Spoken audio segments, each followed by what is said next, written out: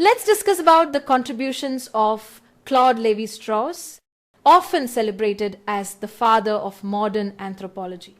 He was a French anthropologist and ethnologist who reshaped 20th century structuralist thought.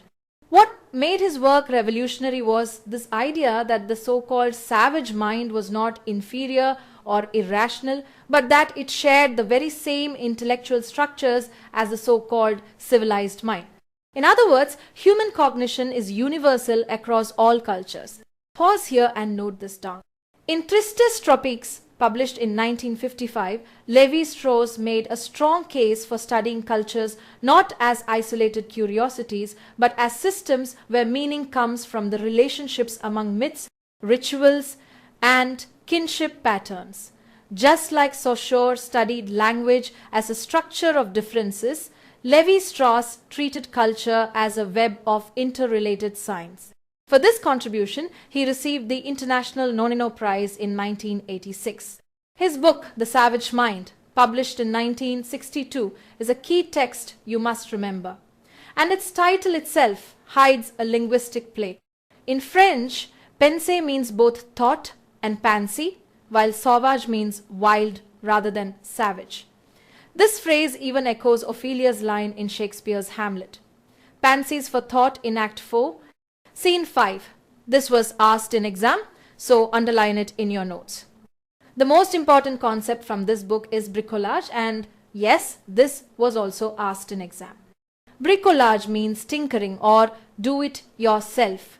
Lévi-Strauss compared two figures, the bricoler who improvises solutions with whatever materials are at hand, and the engineer who follows a systematic plan. Myths, he argued, work like bricolage. They reuse and recombine existing stories and symbols to create new narratives.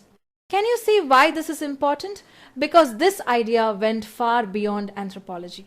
Bricolage became a key term in cultural studies, postmodern literature, and even sociology, where it came to represent resourcefulness, creativity, and the art of constructing meaning from what's already available. The first half of The Savage Mind explains his structuralist view of culture and cognition. The second half expands it to history and social change. Along the way, Lévi-Strauss even entered into debate with Jean-Paul Sartre, where Sartre's existentialism celebrated unlimited freedom. Lévi-Strauss insisted that human agency is always constrained, shaped by the structures of society and culture. Later, Pierre Bourdieu would carry this debate forward.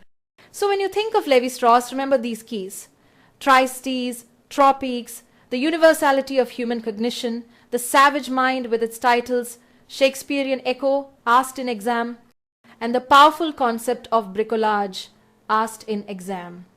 These ideas make him one of the giants of structuralist and cultural thought. Let's decode the fascinating world of Claude Lévi-Strauss, the anthropologist who reshaped how we understand myths. In his monumental series, Mythologics, he did something extraordinary. He traced a single myth all the way from South America through Central America and up into the Arctic Circle. Can you imagine? A story traveling across entire continents, changing shape, yet still carrying its hidden skeleton of meaning. Pause here and note this down. Lévi-Strauss showed that myths are never random. Even when their surface details shift, their structures remain. They work through opposites: life versus death, nature versus culture, order versus chaos.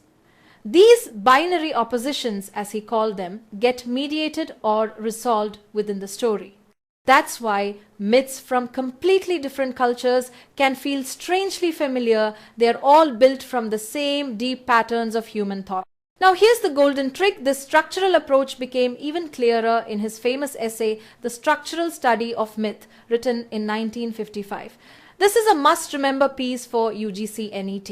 In it, Lévi-Strauss declared that myths are like language. Just as language only exists when spoken, a myth only exists when it is told. But myths go further. They weave together along the underlying system with parole, the act of narration. Can you recall what makes myths unique? Unlike ordinary speech, myths play in a timeless zone. They are historical and eternal, at the same time both local to a tribe and universal to humanity. By framing myth as a form of language, Lévi-Strauss revealed that myths disclose the collective logic of the human mind. Here's something you'll love. What seems like just a story about a trickster, a god, or a hero is actually a coded map of human thought. Every myth you read is a puzzle that shows how societies understand themselves and their world.